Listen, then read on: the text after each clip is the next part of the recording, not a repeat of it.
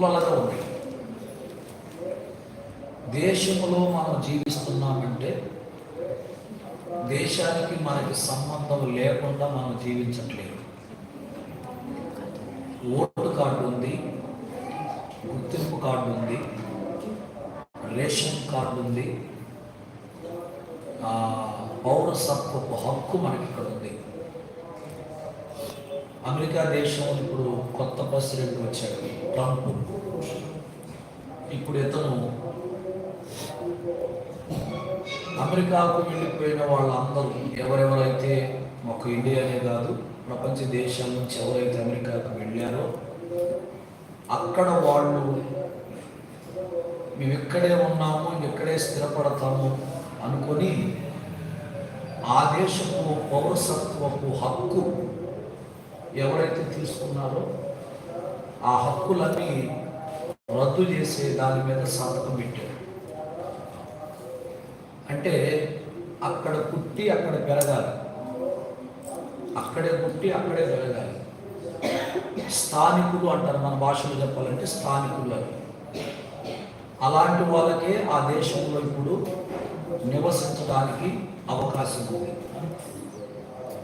ఇక మిగతా వాళ్ళందరూ కాంట్రాక్టు పద్ధతిలో ఇన్ని సంవత్సరాలు లేకపోతే ఇంతకాలం అని కాంట్రాక్టు పద్ధతిలో ఉండాలి. అక్కడ పౌరసత్వపు హక్కు అంటే అమెరికా గవర్నమెంట్ ప్రకారం గవర్నమెంట్ పరంగా వచ్చే రాయితీలు పథకాలు ఏమైతే ఉన్నాయో అవన్నీ వాళ్ళకు చెల్లవు, రావు, వాళ్ళకు రావు. ఉద్యోగాలు చేసుకోవచ్చు, వాళ్ళ డబ్బు మీద వాళ్ళు ఆధారపడి బ్రతకవచ్చు, అంతే. గవర్నమెంట్ పరమైనవి ఏవి రావు. అందుకని ప్రపంచ దేశాల్లో ఉన్న వాళ్ళందరూ, అమెరికాకు పోయిన వాళ్ళందరూ, మన ఇండియా వాళ్ళు కూడా చాలా మంది ఉన్నారు కదా, ఎవరైనా పిల్లలు లేని వాళ్ళు గబగబా కంటున్నారట. వింటున్నారా? నిజం నేను చెప్పేది. పిల్లలు లేని వాళ్ళు ఇప్పుడు కాదు, తర్వాత వెళ్తాం, ఇప్పుడంతా వాయిదాల పద్ధతులు కదా పిల్లలు అనేది కూడా కదా, కాంట్రాక్ట్ పద్ధతులు. ఇష్టమైతే కంటాం, లేకపోతే లేదు, అంతా మన ఇష్టం. అలాంటి వాళ్ళందరూ గబగబా పిల్లల కంటానికి వాళ్ళు తొందరపడుతున్నారట. ఎందుకంటే ఒక బిడ్డను అక్కడ కన్నారనుకోండి, ఆ బిడ్డ ఆ గడ్డ మీద పుట్టి పెరిగినట్టు లెక్క. అందుకని ఆ బిడ్డ ద్వారా గవర్నమెంట్ పరంగా వచ్చే పథకాలన్నీ తీసుకోవచ్చు అని ఇతర దేశాల్లో అందరూ ఎవరెవరైతే అమెరికాలో ఉంటున్నారో వాళ్ళందరూ పిల్లలు కట్టడానికి ఇప్పుడు తొందరపడుతున్నారంట. ఒక ఇండియానే కాదు, అన్ని దేశాల ఆల్రెడీ ఇక్కడ పుట్టి ఆ దేశానికి వెళ్ళిపోయిన వాళ్ళందరికీ అక్కడ పౌరసత్వపు హక్కు లేదు. వాళ్ళు ఎంతకాలం ఉన్నా పరాయి వాళ్ళు లాగానే ఉండాలి, ఎంతకాలం ఉన్నా కాంట్రాక్ట్ బేసిక్ మీద ఇన్ని సంవత్సరాలు అని వాళ్ళు మాట్లాడుకొని దాని ప్రకారం వాళ్ళు ఉండాలి. బాగా వినండి.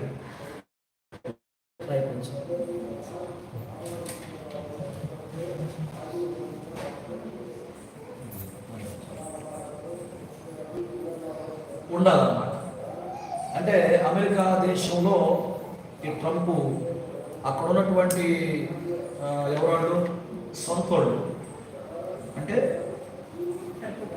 అక్కడే పుట్టి అక్కడే పెరిగిన స్థానికులు, ఇటువంటి వాళ్ళందరికి మాత్రమే అక్కడ ఛాన్సు, మిగతా వాళ్ళకి ఛాన్స్ లేదు. బహుశా రాబోయేటువంటి కాలంలో మన దేశంలో కూడా పరాయి దేశం నుంచి వచ్చిన వాళ్ళకి ఆల్రెడీ ఇప్పటికే లేదులే, వచ్చి వెళ్ళిపోతుంటారు. ఇట్లాగా కొన్ని దేశాలలో దేశాలకు సంబంధించిన విషయాలు కూడా మనం తెలుసుకోవాలి. ఇప్పుడు మనం ఇండియా దేశంలో మనం ఉన్నాం. ఈ ఇండియా దేశం ఇప్పటి వరకు మనకు అనుకూలంగానే ఉంది. అంటే దేవుని పిల్లలకు, క్రైస్తవులకు, దేవుని నమ్ముకున్న బిడ్డలకు కూడా ఇది కరెక్ట్గా ఇప్పటి వరకు ఉంది. ఇప్పుడు నేను ఈ బ్యాడ్జ్ ఎప్పుడు నేను పెట్టుకోవాలా, ఇప్పుడు వాళ్ళు యవనస్తులను తీసుకొస్తే సరదాగా పెట్టుకున్నాను, వాస్తవానికి ఇది మనం పెట్టుకోవాలి. అయితే ఎందుకు పెట్టుకున్నానంటే నీకు ఒక మెసేజ్ ఇవ్వడానికి, సూచించడానికి పెట్టుకున్నాను. ఇక్కడ 3 రంగులు ఉన్నాయి. ఎందుకు మనం పెట్టుకోమంటే పై రంగు కాషాయ వస్త్రం అంటే హిందూయిజం, అంటే విగ్రహారాధనకు గుర్తు. మధ్యలోది పరిశుద్ధత అంటే క్రైస్తవ్యం, అంటే మనది. కిందది గ్రీన్ ముస్లిమ్స్. 3 జాతుల కలయిక మన దేశం. హిందూ, ముస్లిం, క్రిస్టియన్. ప్రధానమైన జాతులు మన ఇండియాలో ఈ 3 ఉన్నారు. అయితే దీన్ని ఇంకొక రకంగా కూడా చెప్పొచ్చు. కాషాయ వస్త్రాన్ని మరొక రూపంలో ఎలా చెప్పుకోవచ్చు అంటే, మన దేశాన్ని రక్తము కార్చి మన దేశాన్ని మనం సంపాదించుకున్నాం అనేదానికి మొదటి గుర్తు. రెండవది, మన దేశము పరిశుద్ధంగా ఉండాలి, శాంతియుతంగా ఉండాలి అనేదానికి రెండవ గుర్తు. మూడవ గుర్తు, మన దేశము పచ్చగా ఉండాలి, గ్రీన్, పచ్చగా ఉండాలి. ఇది ఈ 3 రంగులలో ఉండేటువంటి అర్థాలు. పింగళి వెంకయ్య అనే ఒక గొప్ప మేధావి, పింగళి వెంకయ్య అనే ఒక వ్యక్తి ఈ జాతీయ జెండాను 3 రంగులను ఆయన రూపొందించాడు. ఈ రంగులు ఆయన తయారు చేశాడు, పింగళి వెంకయ్య అని. ఇది ఈ 3 రంగుల యొక్క అర్థం. ఇందులో 3 జాతులు ఉన్నాయి, అలాగే 3 అర్థాలు ఉన్నాయి. ఎరుపు రంగు అనేది, ఇది కాషాయ రంగు, ఎరుపు రంగు కాదు, కానీ కొంచెం మిళితం చేశారనమాట. అంటే రక్తపు రంగు రాయాలి లెక్క అయితే, కానీ ఎందుకు రాయలేదంటే బ్రిటిష్ వాళ్ళు మధ్యలో వచ్చారు మనకి. అంతకు ముందే ఇండియా ఉంది, మధ్యలో బ్రిటిష్ వాళ్ళు వచ్చి మన దేశాన్ని గందరగోళం చేసినప్పుడు మన వాళ్ళు ఎంతో మంది రక్తాన్ని చిందించారు, ప్రాణత్యాగాలు చేశారు.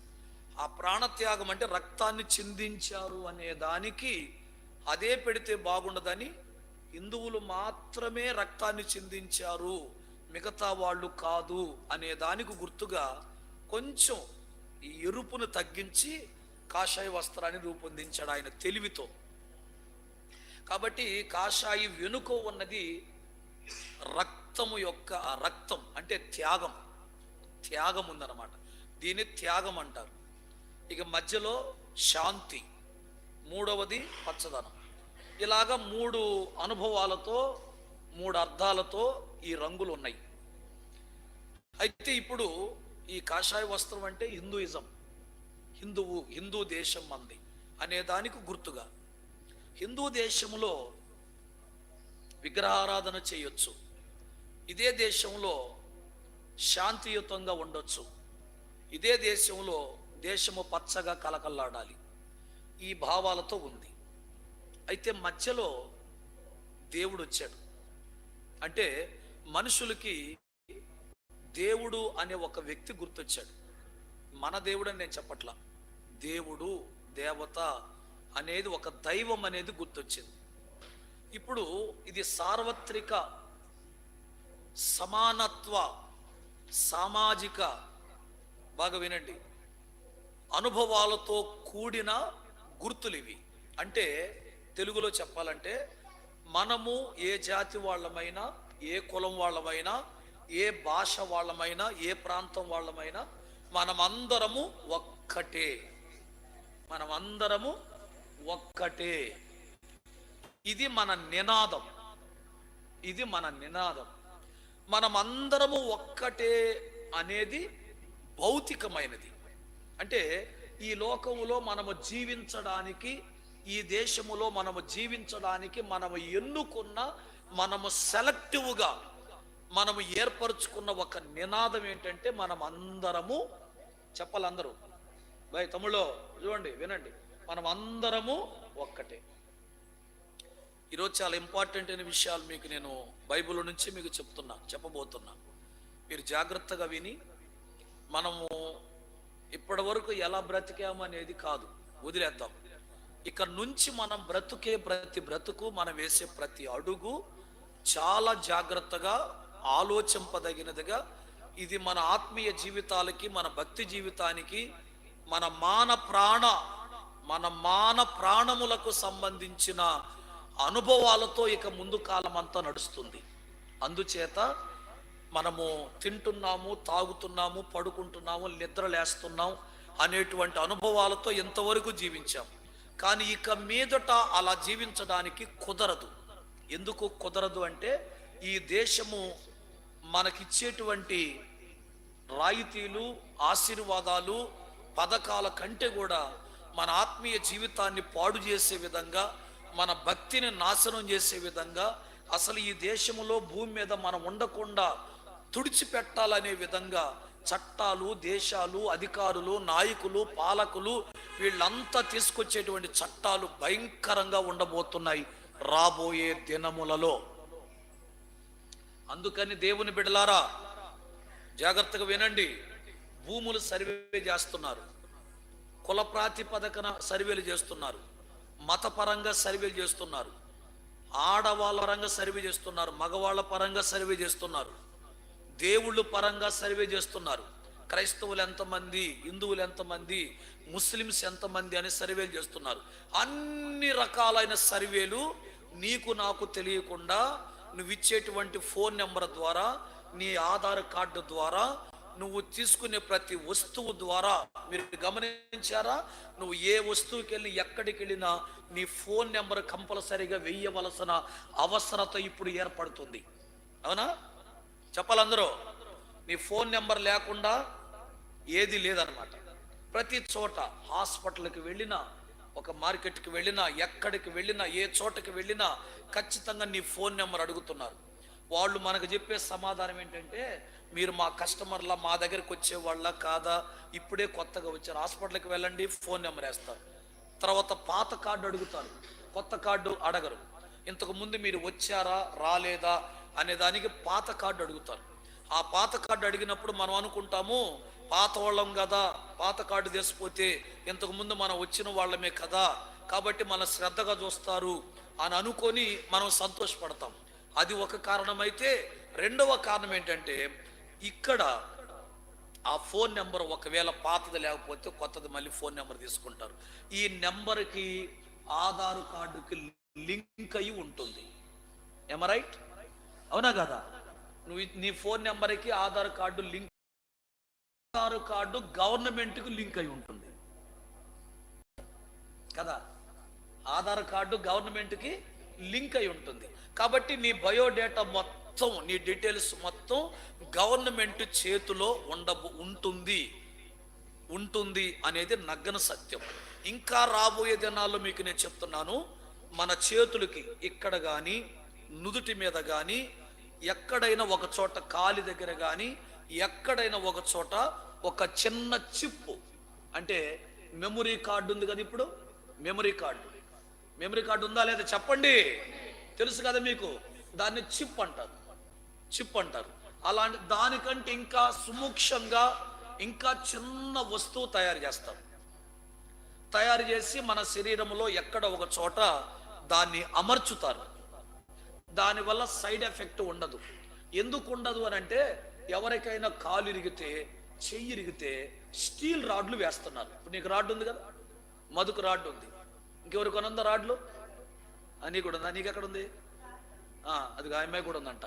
ఇప్పుడు ఈ రాడ్డు, అది స్టీల్ రాడ్డు, దానివల్ల శరీరానికి ఎఫెక్ట్ ఏముండదు. అది ఎన్ని సంవత్సరాలైనా శరీరంలో ఆ స్టీల్ రాడ్డు ఉండొచ్చు. ఒక స్టీల్ రాడ్డు శరీరంలో ఎన్ని సంవత్సరాలైనా ఉండడానికి అవకాశం ఉన్నప్పుడు ఈ మెమరీ లాంటి చిప్పు కూడా మనం పెట్టొచ్చు కదా అని ఆలోచన చేస్తుంది గవర్నమెంట్. చేసి ఆ చిప్పు ఎక్కడో ఒక చోట, మీరు గమనించండి, నీడి లోపల ఉంటుంది కదా. హాస్పిటల్కి పోయినప్పుడు దాని కెవాక ఇది అంటారు కదా, అదేనా? అది లోపల ఇంజక్షన్ పెడితే మనం ఇంటికి పోవచ్చు, దాన్ని పెట్టుకొని అక్కడ ఇంజక్షన్ వేయించుకోవచ్చు. 10 రోజులైనా 20 రోజులైనా అది లోపల ఉండిద్ది, దానివల్ల ఎటువంటి సైడ్ ఎఫెక్ట్ లేదు. ఇవన్నీ కొన్ని వస్తువులు మన శరీరములో అమర్చి సైడ్ ఎఫెక్ట్ లేకుండా దాచినప్పుడు, ఇది కూడా మనం ఎందుకు దాచకూడదు? ఒక బ్యాటరీలో చిప్ ఉంది, అదిగో చూస్తున్న సెల్ ఫోన్లో చిప్ ఉంది, ప్రతి వస్తువులో ఆ మెమరీ లాంటి ఒక చిప్ ఉంది, మన బాడీలో కూడా ఎందుకు పెట్టకూడదు అనే ఆలోచన ఆల్రెడీ వచ్చింది. దాని తయారీలు కూడా జరుగుతున్నాయి. రాబోయే దినాల్లో అది మన శరీరములో అమర్చినప్పుడు మనకు ఆకలి అయ్యేది కూడా అది సిగ్నల్ ఇస్తుంది. మనకు ఆకలి అయ్యేది కూడా, మనం తిట్టుకునేది, మనం కొట్టుకునేది, మనం మాట్లాడే ప్రతిది కూడా గవర్నమెంట్కి వెళ్ళిపోయేటువంటి ప్రమాదం రాబోయే రోజుల్లో ఉంది. ఇది ఆశ్చర్యంగా ఉందా? వింతగా ఉందా? నమ్మశక్యంగా ఉందా? లేదా? నమ్మశక్యంగా లేదు కదా. నిజమేది, ఇది నిజమన్నమాట. కాబట్టి ఈ చిప్పు లోపల ఉన్నప్పుడు నీ శరీరములో కలిగే ప్రతి మార్పులకి అది సిగ్నల్ ఇచ్చింది. వింటున్నారా? ఇప్పుడు చంద్రబాబు నాయుడు చేతిలో ఒక ఉంగరం ఉంది, ఉందా? నందమూరి బాలకృష్ణ బొట్టినేలుకు ఒక ఉంగరం ఉంటుంది, పెద్ద ఉంగరం బొట్టినేలుకు ఉంటుంది. చంద్రబాబు నాయుడుకు ఒక రింగ్ ఉంటుంది. ఆయన ఎప్పుడు బంగారాలు వాచ్ కూడా పెట్టడు, ఆయన వాచ్ కూడా పెట్టడు. కానీ ఒక 4-5 ఏళ్ళు అవుతుంది ఒక ఉంగరం పెడుతున్నాడు, ఒక రింగు. ఈ రింగ్ ఏంటంటే ఆరోగ్య సంకేతాలు పంపించేది. షుగర్ లెవెలు, బీపీ లెవెలు, ఇంకోటి ఏంటి అమ్మా ఎడబెట్టేది ఏంటి, పల్స్. ఈ పల్సు, తర్వాత షుగరు, తర్వాత బీపీ. ఆ బీపీ అంటే హార్ట్ బీట్, బ్లడ్ షుగర్ అంటే రక్తపోటు. ఇవన్నీ కంట్రోల్గా ఉన్నాయా లేవనేది చంద్రబాబు నాయుడు చేతికి ఉన్న ఉంగరము చూపించింది. అర్థమైందన్న భాష? అర్థమవుతుందా? ఉంగరానికి ఏలికి తొడిగితేనే ఈ రోగాలు చూపిస్తున్నప్పుడు, ఇక ఆల్రెడీ మన శరీరంలోకి పంపిస్తే చెప్పండి, మనకు ఆకలి అయ్యేది కూడా మనకు తెలియదు, కానీ అది చెప్పింది మనకి, రే ఆకలి అవుతుంది తొందర తినరా అని చెప్పింది.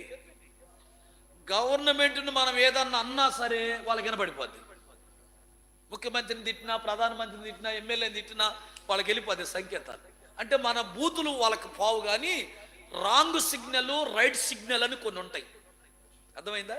ఇప్పుడు గ్రీన్ అంటే రైట్, రెడ్ అంటే ఆగిపోమని. ఆ సిగ్నల్ బట్టి వెళ్ళొచ్చు అని ఎట్లా చెప్తుందో, అలాగనే కొన్ని అలారాలు పెడతారు అనమాట. అలారాలు, కొన్ని రింగ్ టోన్లు పెడతారు. ఆ రింగ్ టోన్లు బట్టి ఏది రాంగ్ రింగ్ టోను, ఏది రైట్ రింగ్ టోను. ఒకవేళ మంచి రింగ్ టోన్ వచ్చిందనుకో, ఆ వాడు మనల్ని పొగుడుతున్నాడని అర్థమైపోద్ది వాళ్ళకి. ఒకవేళ మనం వాళ్ళు తిట్టామనుకో, రాంగ్ రింగ్ టోన్ వచ్చింది, వీడు మనల్ని తిడుతున్నాడని. ఇవన్నీ రాబోయే రోజుల్లో రాబోతున్నాయి. వింటున్నారు నా మాటలు? కాబట్టి భక్తి చేయడానికి కొంచెం కష్టంగా ఉంటుంది, ఇబ్బందిగా ఉంటుంది.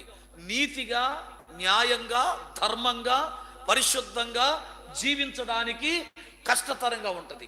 ఇలాంటి టైములో దేశము, ప్రపంచము ఈ విధంగా మారిపోతున్నప్పుడు దేవుని బిడ్డలముగా, దేవుని రక్తములో కడగబడిన బిడ్డలముగా దేశము బాగుండాలని, దేశములో ఉన్న ప్రజలు బాగుండాలని, వారితో పాటు మనము కూడా బాగుండాలని కోరుకునే ఒక దేవుని బిడ్డలముగా, దేశ పౌరులముగా మన బాధ్యత ఉంది. Praise the lord.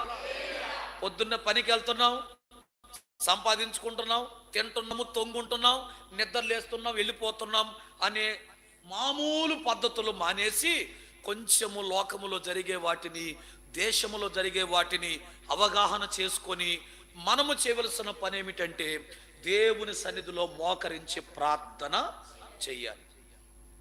Prayer for India, prayer for India, దేశము కొరకు ప్రార్థన. Praise the Lord. దేశము కొరకు ప్రార్థన, ఇదే మీకు ఇచ్చే అంశం ఈరోజు. దేశము కొరకు ప్రార్థన చెయ్యాలి, ఇది అంశం. ఇక రండి, బైబిల్ వాక్యంలో మూల వాక్యాన్ని ఒకటి చూపిస్తా. యెషయా గ్రంథం 65వ అధ్యాయం. యెషయా గ్రంథం 65వ అధ్యాయము. అయ్యా కొంచెం సౌండ్ తగ్గిది, మన వరకు వినేటట్లుగా పెట్టు, బయట వాటి అవసరం లేదు. కొన్ని ప్రాముఖ్యమైన మాటలు. 65వ అధ్యాయం 16వ వాక్య భాగాన్ని చదువుతాను. యెషయా గ్రంథం. దేశములో తనకు ఆశీర్వాదము కలగాలని కోరుకునేవాడు, మన దేశం ఇది కదమ్మా, ఈ దేశములో దేవుని ఆశీర్వాదాన్ని కావాలి అనుకునేవాడు. వింటున్నారు కదా? దేశములో తనకు ఆశీర్వాదము కలగవలెనని కోరువాడు, నమ్మదగిన దేవుడు తనను ఆశీర్వదించవలెనని కోరుకొనును. Praise the Lord. చెప్పండి గట్టిగా, హల్లెలూయా. దేశములో ప్రమాణము చేయువాడు నమ్మదగిన దేవుని తోడని ప్రమాణము చేయును. చాలు. ఇప్పుడు నవ్వులోని అందరూ యెషయా గ్రంథం 65వ అధ్యాయం 16వ వాక్యం. ఇది అంటే మనకి చాలా ముఖ్యమైన విషయాలు, ఆపేస్తే మంచిది. వినండి. ఇప్పుడు ఈరోజు